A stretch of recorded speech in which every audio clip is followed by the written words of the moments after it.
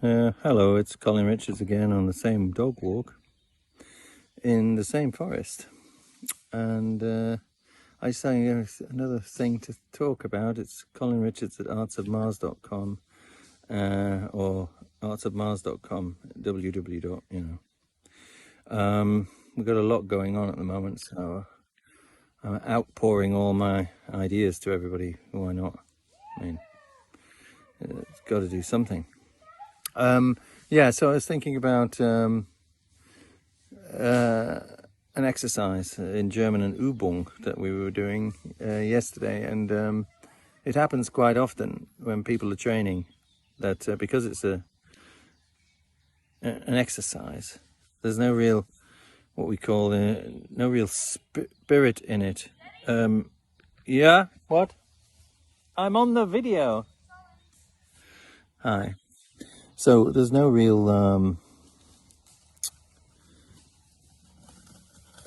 sort of a feeling that you have to do anything in an Übung. You just go through the motions quite often, and this really annoys me because an Übung has to have elements of the thing you're learning, but also has to have your spirit or your energy into it, even if you're doing it very slowly and controlled.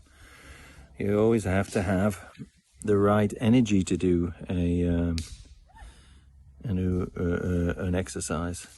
And the problem is, quite often, say we've just got a simple one like we were doing yesterday, someone cuts, does a heave, and you catch it with your sword doing a sort of parry, and the object is to say the guy parries and then you do a zucken, which is to take off and go around to the other side, and you get this. So they've crossed swords, and then you ask them, after you've watched it, you say, well, there was no pressure in the sword, so what was going on, you know?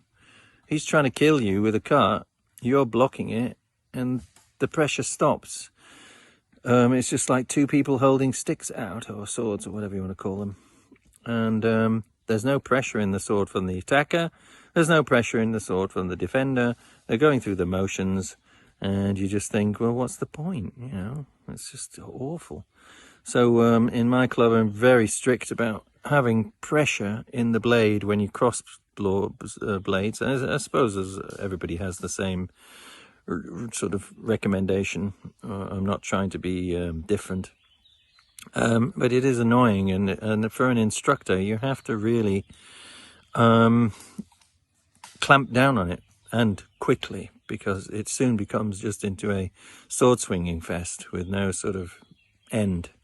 So the main problem is if you don't have any pressure, either of you, then you can't read what's in the blade. You've got no Fühlen or feeling in the blade whatsoever. And seeing as Liechtenauer depends absolutely a huge amount on the feeling in the blade, the level of it or the absence of it, you know, you're not learning anything. You're basically going through emotions that the Übung just fails to, the exercise fails to address any of it. You might as well be playing tiddlywinks, as I say to my students all the time.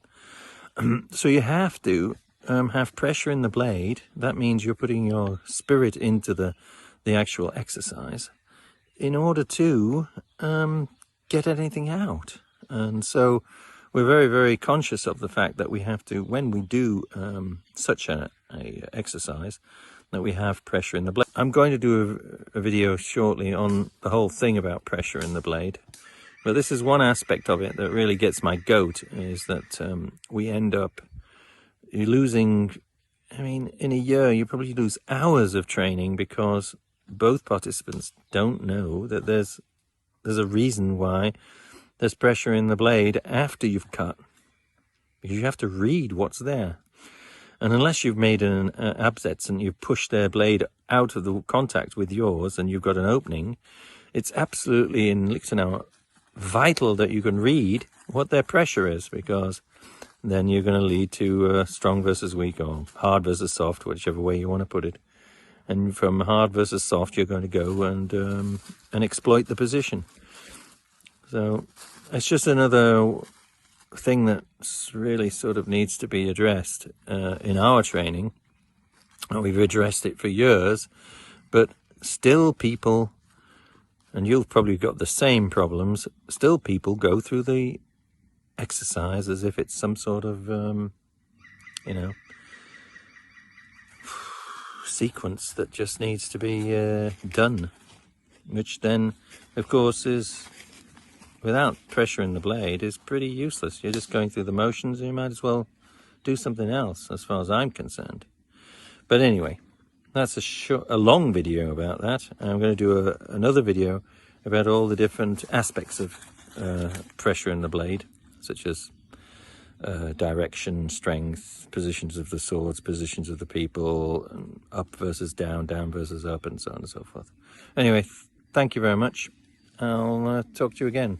Colin Richards, artsofmars.com, info@artsofmars.com, Hanover, Germany. And I can speak German as well, but not as good as English. Bye.